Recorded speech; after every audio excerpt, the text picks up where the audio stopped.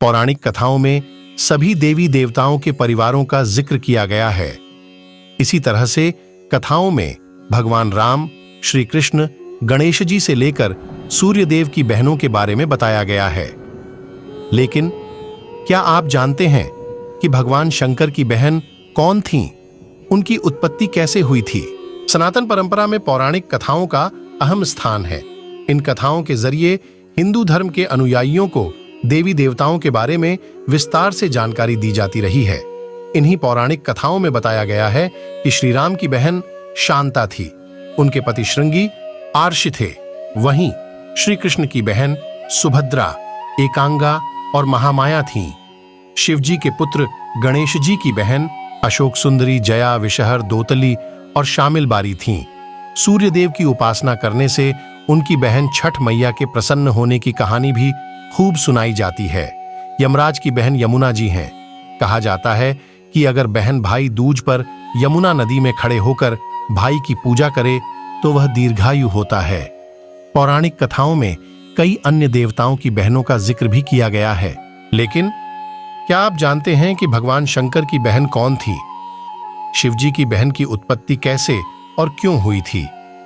वहीं भगवान शंकर की बहन की माता पार्वती से झगड़ा होने का जिक्र भी कुछ कथाओं में आता है। क्या आप जानते हैं कि दोनों में किस बात पर झगड़ा हुआ था?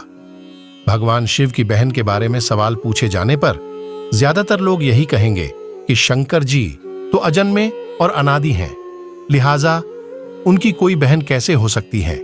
तो आज हम आपको सुनाते हैं भगवान शिव की बहन की उत्पत्ति की कहानी। पौराणिक कथाओं के अनुसार भगवान शिव ने अपनी एक बहन को माता पार्वती की इच्छा पर उत्पन्न किया था। दरअसल माता पार्वती की इच्छा थी कि उनकी भी एक ननद होती तो उनका मन लगा रहता। चूंकि भगवान शिव अजन्मे थे, इसलिए उनकी कोई बहन नहीं थी।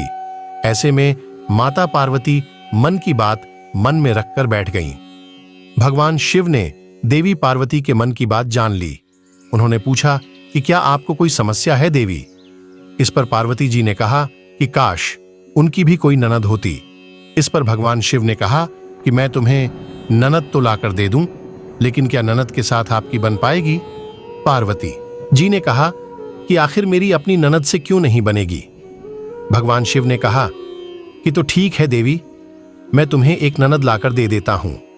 उन्होंने अपनी माया से एक देवी को उत्पन्न कर दिया। यह देवी बहुत ही मोटी थीं। उनके पैरों में दरारें भी पड़ी हुई थीं। शिवजी ने पार्वती जी से कहा कि यह लो, तुम्हारी ननद आ गई। इनका नाम असावरी देवी है। देवी पार्वती अपनी ननद को देखकर बहुत खुश हुईं। उन्होंने तुरंत अपनी ननद देवी असावरी के लिए भोजन बनाने लगीं। असावरी देवी स्नान करके आईं और भोजन मांगने लगीं। देवी पार्वती ने भोजन परोस दिया। जब असावरी देवी ने खाना शुरू किया तो पार्वती जी के भंडार में रखा सारा भोजन खा गईं।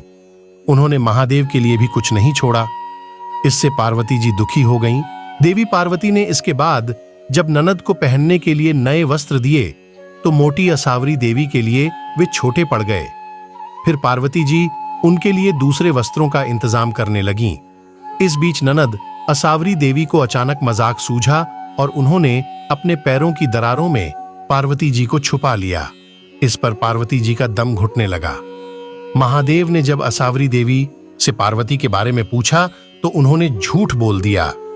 जब शिवजी ने दोबारा पूछा तो असावरी देवी हंसने लगीं और जमीन पर पांव पटक दिया। इससे पैर की दरारों में दबी देवी पार्वती बाहर आ गिरी। इसके बाद पार्वती जी ने महादेव से कहा कि इनका विवाह कर विदा करने की जल्द से जल्द तैयारी करें।